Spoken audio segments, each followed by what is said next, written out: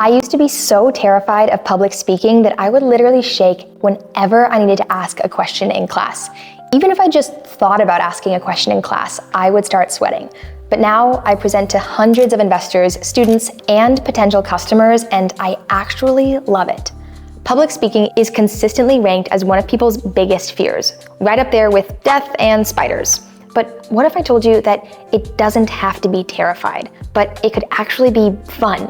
Like genuinely enjoyable. In this video, I share the 5 specific techniques that completely transformed my relationship with public speaking, plus a bonus mindset shift that showed me how fun it could actually be. And by the way, if you're new here, hi, my name is Bailey. I went from being a college student with a crazy idea to building a venture-backed startup and landing on Forbes 30 Under 30. On this channel, we talk about the startup journey, performance, and how to do it all without burning out. So let's make public speaking feel not just doable, but actually fun. My first tip is to talk it out first, just like you're talking to a friend. Before I write anything down for a speech, I literally just talk it out. I'll walk around my house or go on a hike or just say the ideas out loud. After that, I used to write everything down, but today it's easier than ever to use a tool like ChatGPT or Claude during this phase to help consolidate and outline or even write your entire draft. The key is not to be perfect, it's to process out loud. And once you've heard yourself say it conversationally, writing it becomes so much easier. And your delivery sounds just more like you. And the audience is really connecting with authenticity here, not perfection. When I first started sharing Perimeter's story, my most powerful presentations came after I'd already explained our mission dozens of times in casual conversations. Those natural moments where I got to see how I'd actually say something as opposed to how a scripted version of the pitch would sound had a much better result on my audience than when I sounded like I was reading from a textbook. Along a similar note, tip number 2 is to ditch the script. Unless you're giving a TED Talk or reading legal disclaimers, you do not need to deliver your speech word for word. In fact, it'll probably hurt more than it will help. Reading a script makes you sound stiff and robotic, even if your content is brilliant. You won't feel as confident, and trust me, your audience is picking up on that energy immediately. Instead, this is what works really well for me. Once you've talked through your ideas and you have them written down, transfer them to some 3x5 cards. As you practice, reduce those cards to just a few keywords. By the day of your pitch or speech or presentation, it will sound so much more conversational, which is more fun for you and way more engaging for your audience. When I was preparing for my first major investor pitch at Perimeter, I initially wrote out every single word. When I practiced, I sounded like I was reading a textbook. But once I switched to using 3x5 cards and dropping the amount of text over time, I felt so much more confident, which is especially important for pitching and for fundraising because I'm pretty sure investors are betting on confidence more than any of the actual words that you're saying. Tip number 3 is to speak on something you actually care about. Again, confidence does not come from saying the right words. It comes from having a personal connection to what you're saying. If you don't feel connected to your topic, find an angle that genuinely inspires you. People do not remember data points. They remember stories or moments that actually made them feel something. So when you share examples from your own life or take your audience on a journey, not only will they be more engaged, but you'll enjoy the experience a lot more too, and it'll feel so much more personal. During my sales journey with Perimeter, the presentations that landed best weren't the ones that were the most polished. They were the ones where I spoke from firsthand experience on why our mission to improve disaster communication matters. Because as someone who's been evacuated from so many wildfires, I know how it feels to have that fear and that lack of information. And when I was able to express that, it resonated with my audience so much more. When you speak about something that matters to you, that conviction naturally shines through. And this isn't just a theory.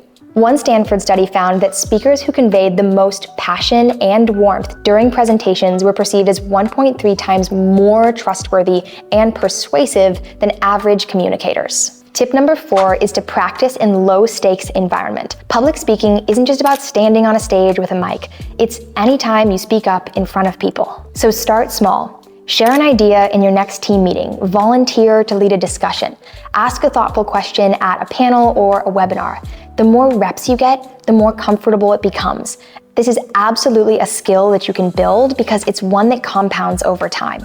Before pitching Perimeter, I practiced explaining our concept to friends and family members and basically anyone who would listen. Each conversation gave me more clarity and more confidence, and by the time I had high-stakes opportunities, I had dozens of reps under my belt. Remember, no Olympic athlete started by competing in the Olympics. They built up gradually, and we can too. And if you want to practice in a fun, low-stakes way, I highly recommend checking out ultraspeaking.com.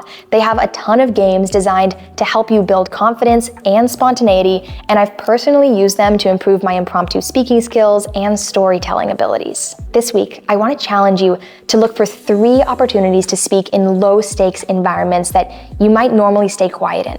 This can be as simple as sharing an idea during a team meeting, raising your hand in class, or trying an ultra speaking game with a friend. Tip number 5 is to reframe your nerves as excitement. You know that feeling right before you speak where your heart is thumping, your mouth gets dry, and maybe your hands shake? Well, I always get that feeling, even after thousands of presentations. But there's this one trick that has made speaking feel way more fun and less terrifying. And that's understanding that anxiety and excitement actually use the same pathway in the brain and the same physiological responses. So I've trained myself to tell a different story. Instead of saying I'm terrified, I say I'm excited, this matters, and my energy shows that I care. In one Harvard Business School study, participants were asked to perform tasks that typically induce anxiety, such as public speaking, singing karaoke, and solving math problems. Before these tasks, some participants were instructed to say, I'm excited, while others were told to say, I'm calm, or I'm anxious. Those who reframed anxiety as excitement performed significantly better at these tasks than any other group. Sometimes before walking on stage, and usually in the hours leading up to it, I will literally repeat to myself, I'm so excited, I'm so excited.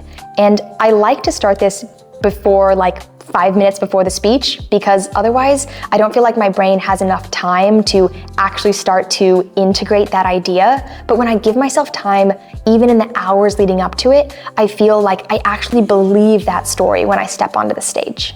For me, this simple reframe is enough to calm me down and help me focus on serving the audience rather than worrying about myself. And sometimes nerves are also just a sign that we need a little bit more prep. We all know what it feels like to procrastinate and then panic at the last minute. Been there, done that, but even if you just start prepping a few days early, you can transform your confidence level and the way that your pitch or speech or presentation is received. The last takeaway is something that I learned from ultra speaking, and that's to speak to express, not to impress. When we're trying to impress people, we perform and sometimes we act like something that we're not. But when we're trying to express something meaningful, we actually connect with people, and people connect with us. This shift in intentionality really changes things because, again, audiences don't need perfection. They want to feel like they're in conversation with a real human who has something valuable to share. So remember that the goal isn't to deliver a flawless performance, it's to connect with your audience and leave them with something valuable. When that's your focus, the pressure of your presentation drops dramatically.